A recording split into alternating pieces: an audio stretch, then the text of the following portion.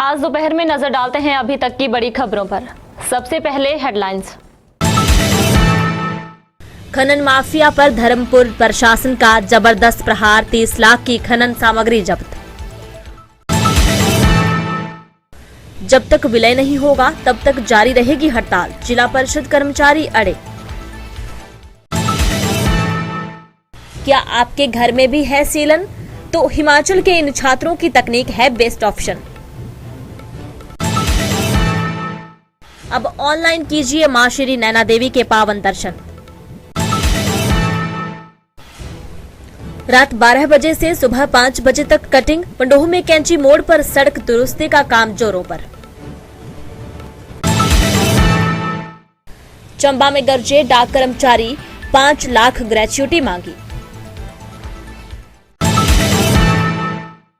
कुल्लू में चर्च के साथ पकड़ा दिल्ली का युवक, जरी में हनुमान मंदिर के पास पुलिस को मिली कामयाबी।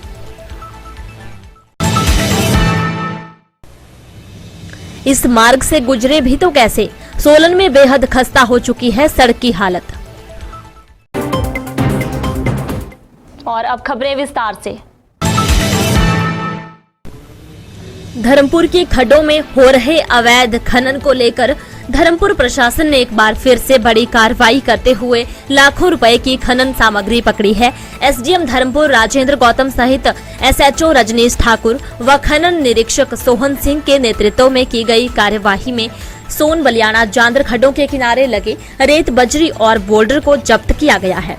2 दिन चली इस कार्रवाई में संधोल से लेकर धर्मपुर तक जब्त किए गए माल की कीमत 25 से 30 लाख की आंकी गई है। एसडीएम ने बताया कि जब्त किए गए माल का एस्टीमेट लगाकर इसे 1-2 दिन में नीलाम किया जाएगा। रेता है, बजरी है, बोल्डर है, तो सर आज आप बड़ी कार्रवाई कर रहे हैं, तो क्या है इसका सबसे बड़ा रीजन?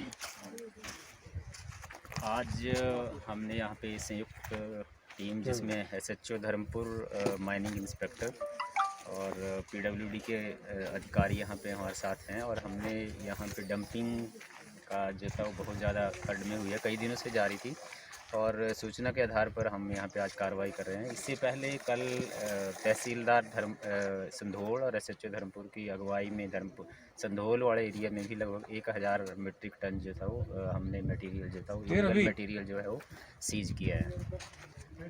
तो सर अब जैसे यहाँ काफ़ी रेता भी है, बजरी भी है, बोल्डर भी है, तो इसको अब नीलाम करेंगे, क्या करेंगे? जी, हम इसकी 1-2 दिनों में जो है वो ऑक्शन करेंगे। जी सर।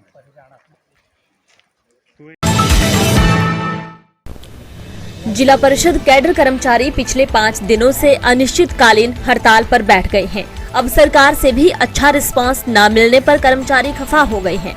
अब सरकार को चेताया है कि जब तक विलय नहीं किया तब तक हड़ताल जारी रहेगी। इससे पहले कर्मचारी महासंघ के द्वारा कई बार सरकार को अपनी मांगों के बारे में अवगत करवाया गया, और बीते साल भी कर्मचारी महासंघ के द्वारा अपनी मांगों को लेकर हड़ताल की गई थी, लेकिन उसके बाद भी अभी तक कर्मचारियों की मांगों को सरकार के द्वारा पूरा नहीं किया गया है। ऐसे में जिला कुल्लू में जिला परिषद कैडर कर्मचारी महासंघ के कर्मचारी अब अनिश्चितकालीन हड़ताल पर बैठ गए हैं।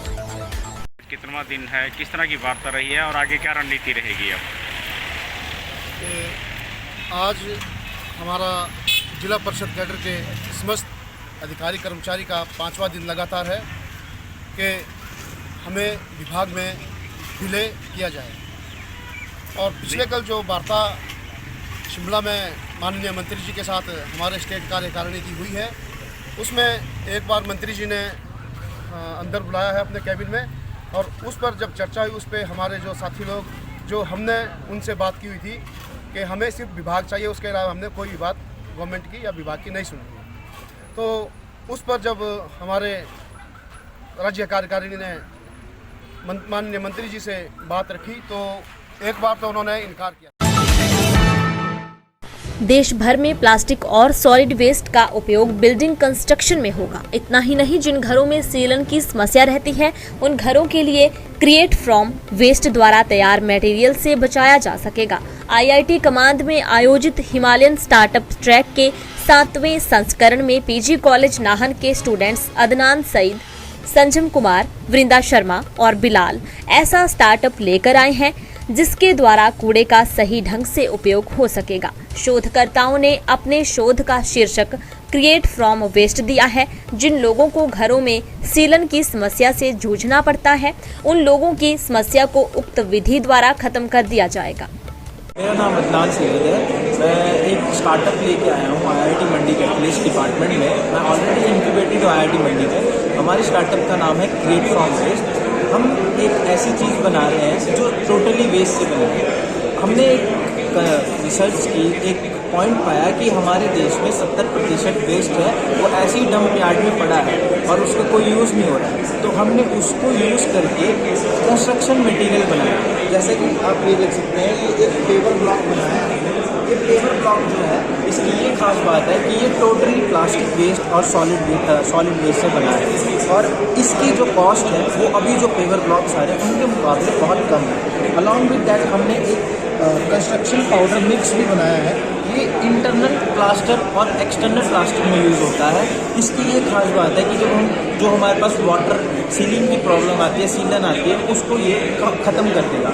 ये वाटर रेजिस्टेंस है। हमारा प्रोडक्ट अभी डेवलपिंग स्टेज में है और ये अभी 40% वाटर रेजिस्टेंस है, जैसा कि मैं आपको दिखा भी सकता हूँ।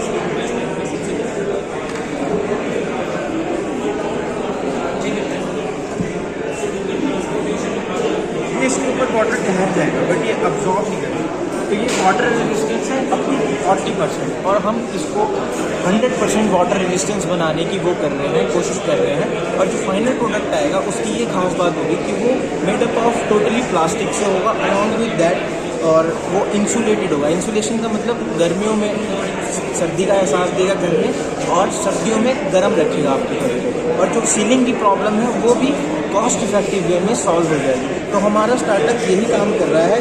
और ये हमारे जो कुछ रॉ मटेरियल्स है जो हम यूज़ कर रहे हैं, ये प्लास्टिक सैंड है, ये totally made up of plastic है। हमने इसमें कोई रेता ना बजरी कोई एग्रीगेट यूज़ नहीं किया, टोटली प्लास्टिक वेस्ट यूज़ किया है। और इसकी यही खास बात है कि ये उस वेस्ट से बना है जो किसी काम का नहीं था। और हमारा यही स्टार्टअप का प्रिंसिपल है, रिड्यूस, रीयूज, रिसाइकल।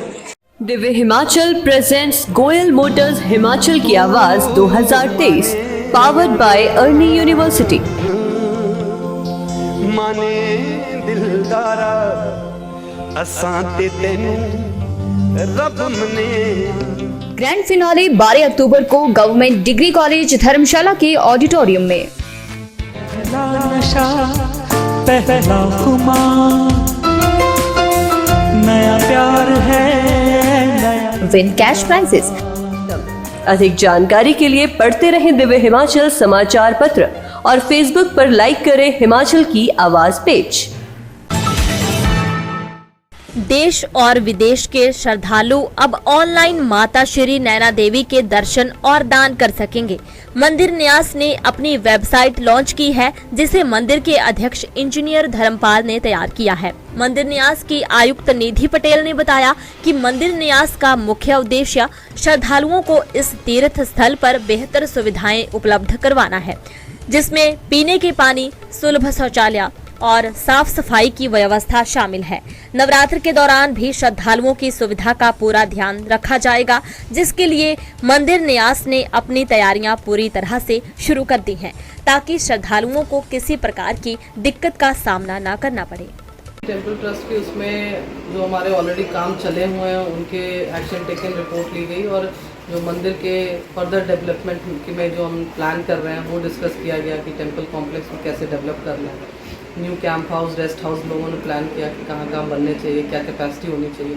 लंगर कॉम्प्लेक्स, जो मॉडर्न लंगर कॉम्प्लेक्स बनाना चाह रहे हैं। और टोबा में जो वाटर बॉडी है, जो एक श्रद्धालुओं के लिए यहाँ पे मानता है कि वहाँ से वो कमल का फूल डेली माता को चढ़ता है, तो उसके डेवलपमेंट के लिए।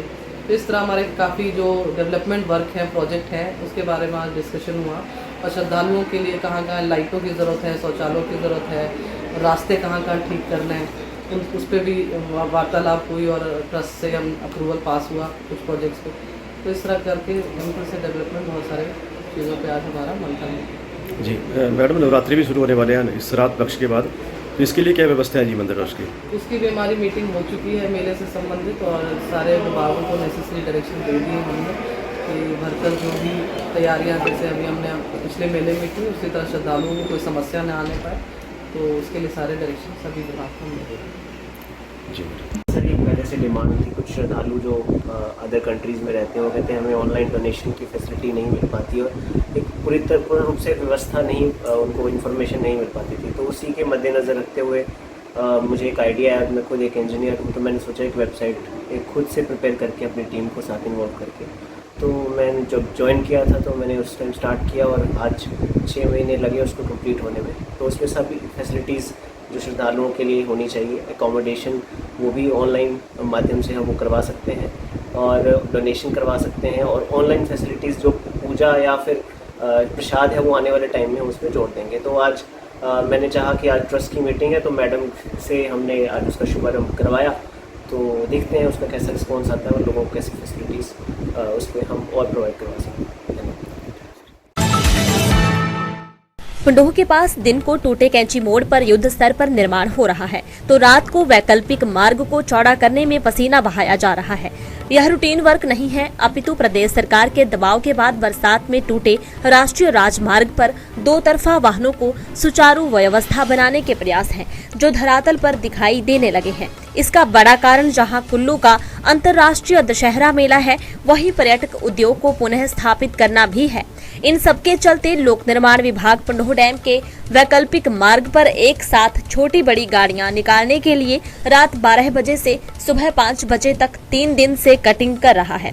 इस कार्य को नियमित और सुचारू करने में पंडोह पुलिस के कांस्टेबल चेतराम दिन रात पसीना बहा रहे हैं।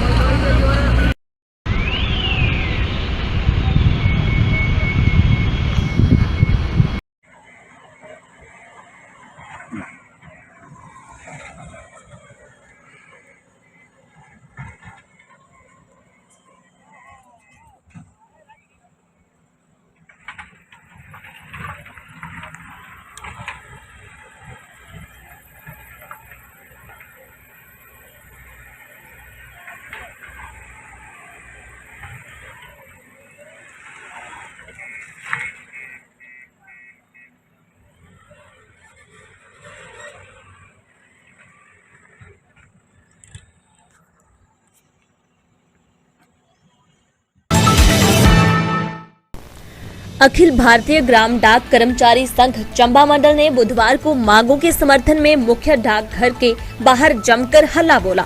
इस दौरान ग्राम डाक सेवकों ने मांगों के समर्थन में नारेबाजी भी की।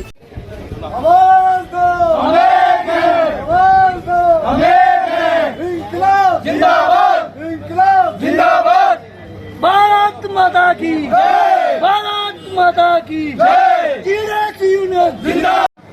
हमारी मांगे पूरी करो, हमारी मांगे पूरी करो, हमारी मांगे पूरी करो।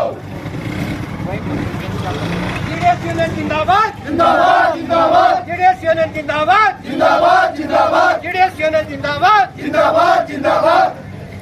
इसकी अगुवाई ग्राम सेवक डाक कर्मचारी संघ के प्रधान बसंत सिंह राणा ने की। उन्होंने कहा कि ग्राम डाक सेवकों की मुख्य मांगों में 5 लाख की ग्रेच्युटी और 5 लाख रुपए की इंश्योरेंस के अलावा 12, 24, 36 के सेवाकाल के वित्तीय लाभ प्रदान करना है।